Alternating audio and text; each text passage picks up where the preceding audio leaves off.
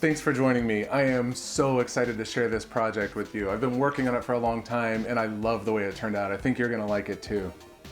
For this project, our partners, Leviton, issued a challenge to me. They said, build the ultimate porch light. And at first I was like, a porch light's a porch light, right? But then I stood there and I looked down the street, I looked at my house, my unique and interesting and cool house, and I have this boring porch light, and that just wasn't gonna do. So what does the ultimate porch light look like? Well, in my opinion, it would have to be handmade. It would have to be a work of art. It would have to be something that the neighbors would look at as they walk by and think, wow, that's pretty, or something that I would be excited to see as I pull into the driveway. On top of that, it needs to be smart, and that's where Leviton comes in. They've equipped me with some of their Decora digital Bluetooth-enabled dimmers and switches. And that's gonna allow me to do a few things. I'm gonna be able to turn the light on and off from outside, which is awesome. And then when I travel, I'll be able to set timers on it to turn on and off at different times to make it seem like somebody's home. Also awesome. Now, the artistic part, that's up to me. I had this idea to make this artistic piece of the sun setting through the woods, and I thought that Voronoi structures would be the perfect way to start. So in Fusion 360, I got the free plugin to make these structures, and I started creating a shape and then deleting some of these loops so that some of it will still be solid when I extrude it. You'll see what I mean here in a moment.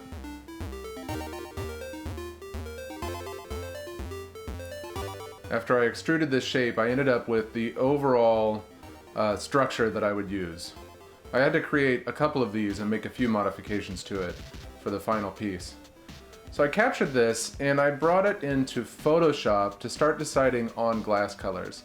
I knew that the shape, the frame itself would be wood and the rest would be glass. Now I haven't had an art class since I was about 13 or 14, so I was a little bit nervous about how I'd be able to pull this off. But by sampling some colors and what I thought was a pretty picture, I think I did okay.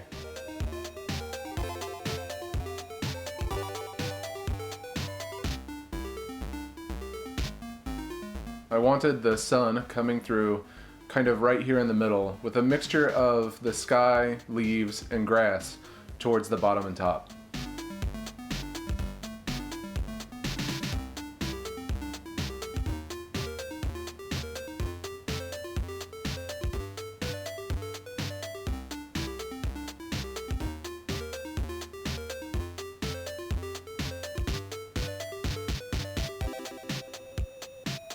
I was pretty pleased with how it was looking so far.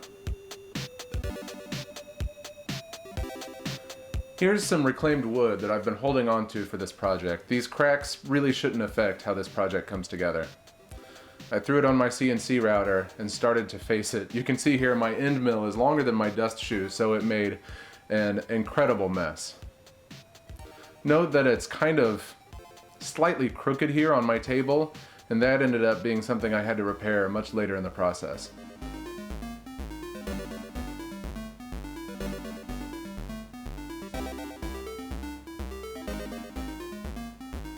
It's kind of fun to see how those little bits of wood move around on the board due to vibration. I don't know about you guys, but I really find something therapeutic about vacuuming up all these huge piles of sawdust.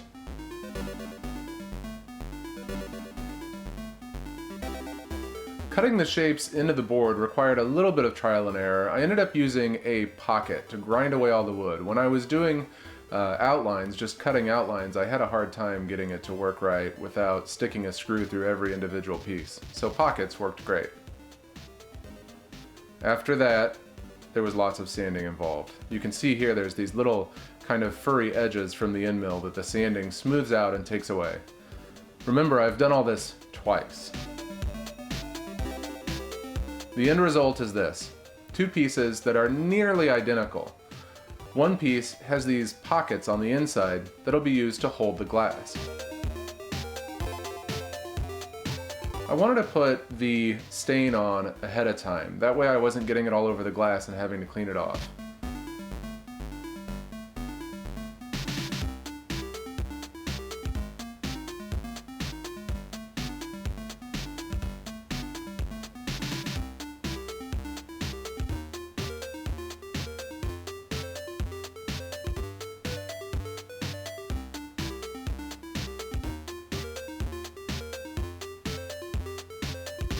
Here's an array of stained glass, both old and new, that I'd collected for this project. So I looked at this picture on my phone and compared it to the different colors to decide what went there. Here's the process. You trace out the shape on the glass, and then you cut your glass with a glass cutter. This one was kind of dull. You can see I'm struggling with it a bit here. I used a sharper one for most of the rest of the pieces. After you score your glass, it breaks easily right along the score. Another score, another break, and so on until you have pretty much the shape that you want.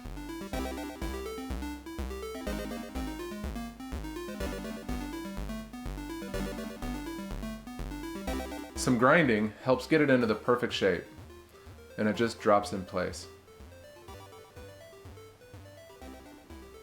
You do this over and over and over until the whole thing's done. You can see here that the glass cutting part is a very time-consuming and manual process. Here I am tracing out a bunch of pieces to get the optimal amount of glass used for the cuts. I cut a bunch, shape them, and place them where I need them.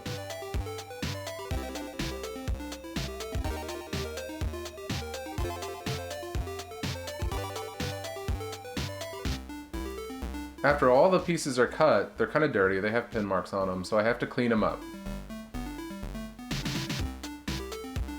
You'll notice that they wiggle around a bit in their holes. So I used a hot glue gun and a few strategic globs to hold them in place so they wouldn't rattle whenever I move the art or move around and reveal too much sunlight.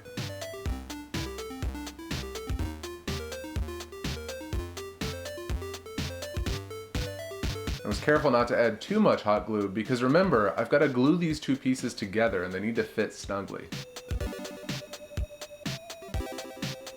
A thin layer of glue over the entire back, of course careful not to get it on the glass, is what's going to hold this together.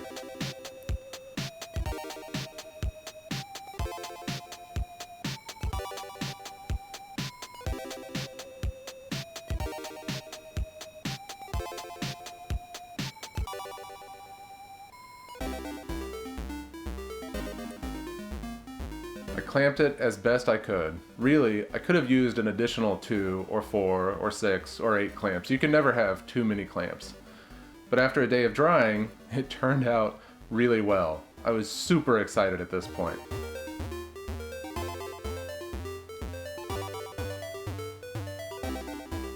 Unfortunately, my initial cuts, with it being slightly off center, meant that I had a small repair I needed to do to one side.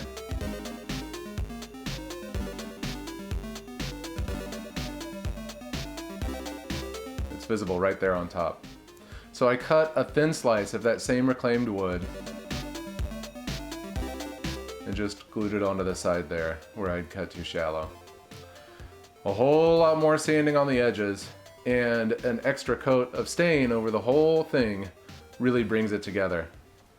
I love the way this turned out. It's absolutely gorgeous. It can stand on its own in your yard as a piece of art, but this is for a porch light, so it's time to get started with the rest.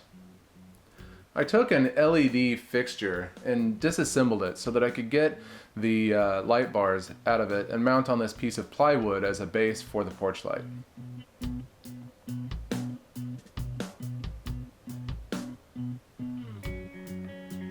I mounted them in a way to try to get as wide of a dispersion of the light as possible. Then it was time to actually wire in my switches. My breakers were not labeled, so I took this opportunity to turn every single one off and figure out what it was turning on and off around my house. Once I had the power off, time to dig into that light switch. The lighting and wiring in my house is a bit of a nightmare, so I'm not going to get into the exact wiring here.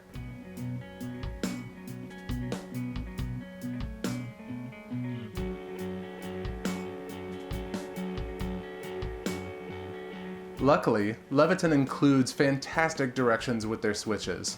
Just follow the directions and you'll make it through.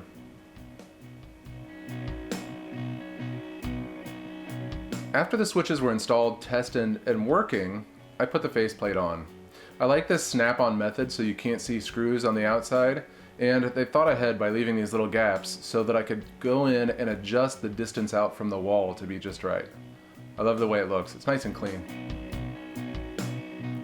Connecting with the app is super simple, and you can turn the light on and off. You can see the little status lights there moving up and down. It's kind of neat. I really liked this advanced setting here. If you go into the advanced settings, you can change how quickly the light fades on or fades off if you've got a dimmable light.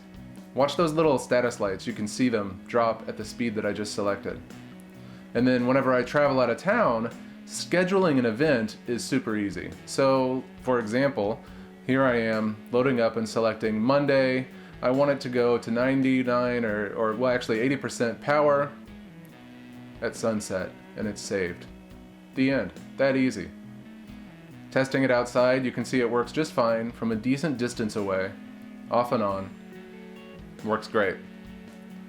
My only complaint at this point is that I bought the wrong LEDs to fully take advantage of the fading. The ballast on my LEDs doesn't really handle it very well, but the end result is gorgeous, in my opinion. I love the way this turned out. The glow at night is just beautiful.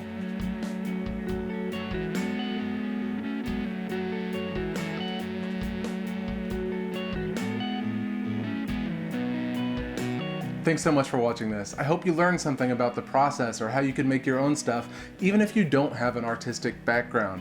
I also want to say a special thank you to Leviton. If it weren't for your technology and your partnership, I wouldn't have been able to build this awesome porch light. Be sure to give a big thumbs up and subscribe to this channel for more cool projects.